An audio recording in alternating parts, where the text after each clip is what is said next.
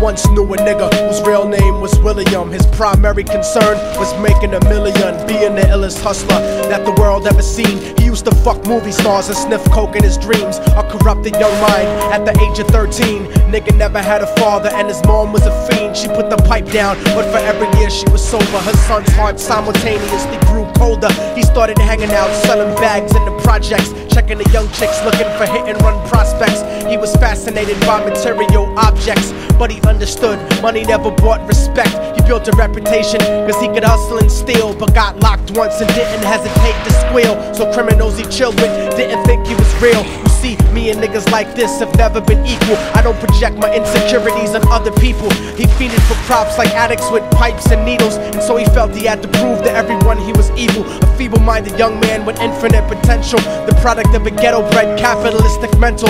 Coincidentally, dropped out of school to sell weed, dancing with the devil, smoked until his eyes would bleed. But he was sick of selling trees and gave in to his greed.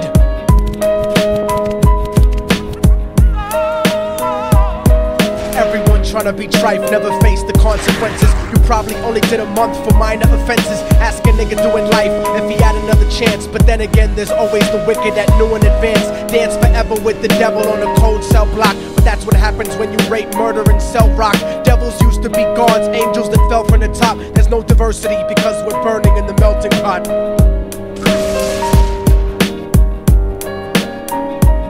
So Billy started robbing niggas, anything he could do to get his respect back in the eyes of his crew. Starting fights over little shit up on the block. Stepped up to selling mothers and brothers the crack rock. Working overtime, making money for the crack spot. Hit the jackpot and wanted to move up to cocaine, fulfilling the Scarface fantasy stuck in his brain. Tired of the block niggas treating him the same. He wanted to be major like the cutthroats and the thugs. But when he tried to step to him, niggas showed him no love. They told him any motherfucking coward can sell drugs. Any bitch nigga with a gun can bust slugs.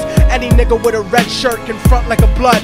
Even Puffy smoked the motherfucker up in the club. But only a real thug can stab someone till they die. Standing in front of them, staring straight into their eyes, Billy realized that these men were well guarded, and they wanted to test him before business started. Suggested raping a bitch to prove he was cold-hearted. So now he had a choice between going back to his life or making money with made men.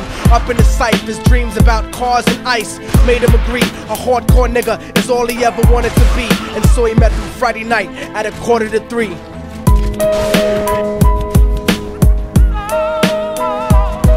Everyone trying to be trife never faced the consequences. You probably only did a month for minor offenses. Ask a nigga doing life if he had another chance. But then again, there's always the wicked that knew in advance. Dance forever with the devil on a cold cell block. But that's what happens when you rape, murder, and sell rock. Devils used to be gods, angels that fell from the top. There's no diversity because we're burning in the melting pot.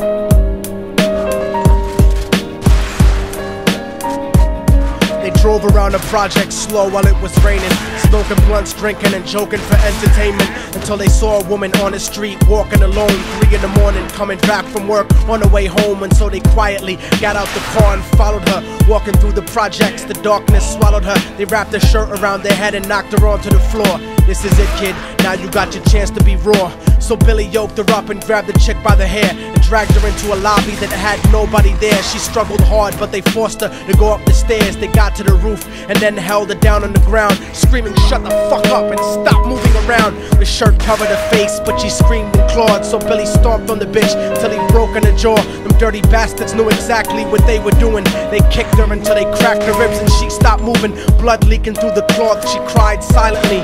And then they all proceeded to rape her violently. Billy was made to go first, but each of them took a turn, ripping her up and choking her until her throat burned. A broken jaw mumbled for God, but they weren't concerned. When they were done and she was lying bloody, broken and bruised, one of them niggas pulled out a brand new 22. They told him that she was a witness for what she'd gone through, and if he killed her, he was guaranteed a spot in the crew. He thought about it for a minute, she was practically dead, and so he leaned over and put the gun right to her head.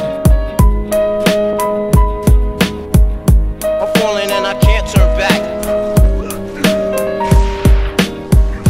I'm falling and I can't turn back. Right before he pulled the trigger and ended her life, he thought about the cocaine with the platinum and ice, and he felt strong standing along with his new brothers. Cocked the gat to her head and pulled back the shirt cover, but what he saw made him start to cringe and stutter, cause he was staring into the eyes of his own mother. She looked back at him and cried cause he had forsaken her. She cried more painfully. And when they were raping her, his whole world stopped. He couldn't even contemplate. His corruption had successfully changed his fate. And he remembered how his mom used to come home late, working hard for nothing, cause now what was he worth? He turned away from the woman that had once given him birth, and crying out to the sky cause he was lonely and scared. But only the devil responded cause God wasn't there. And right then he knew what it was to be empty and cold, and so he jumped off the roof and died with no soul. They say death takes you to a better place, but I doubt it. After that they killed his mother and never spoke about it. And listen, cause the story that I'm telling is true, cause I was there with Billy Jacobs and I raped his mom too. And now the devil follows me